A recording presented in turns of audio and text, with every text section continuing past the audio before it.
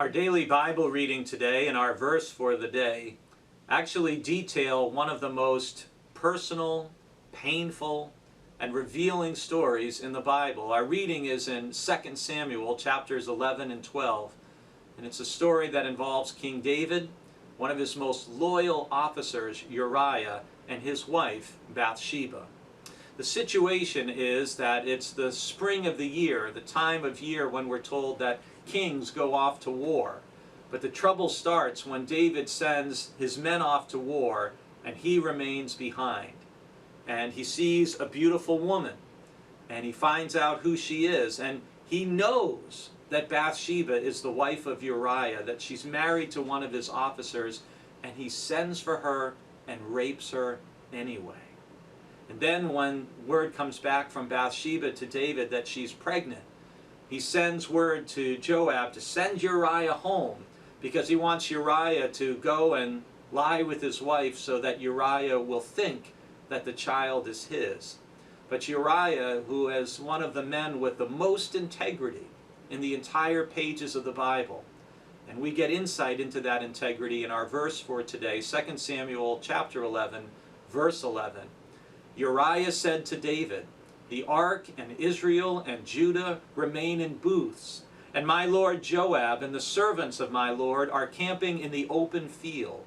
Shall I then go to my house to eat and drink and to lie with my wife? As you live and as your soul lives, I will not do such a thing."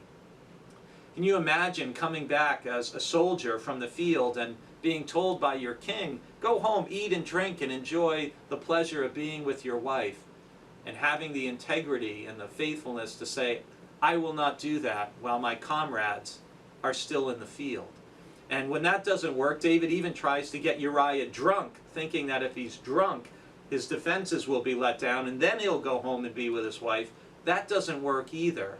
So instead, David writes orders to Joab, telling him to put Uriah at the forefront of the fighting and to expose him, and then to pull back so that Uriah will be killed. And Uriah carries back the orders, basically condemning him to death.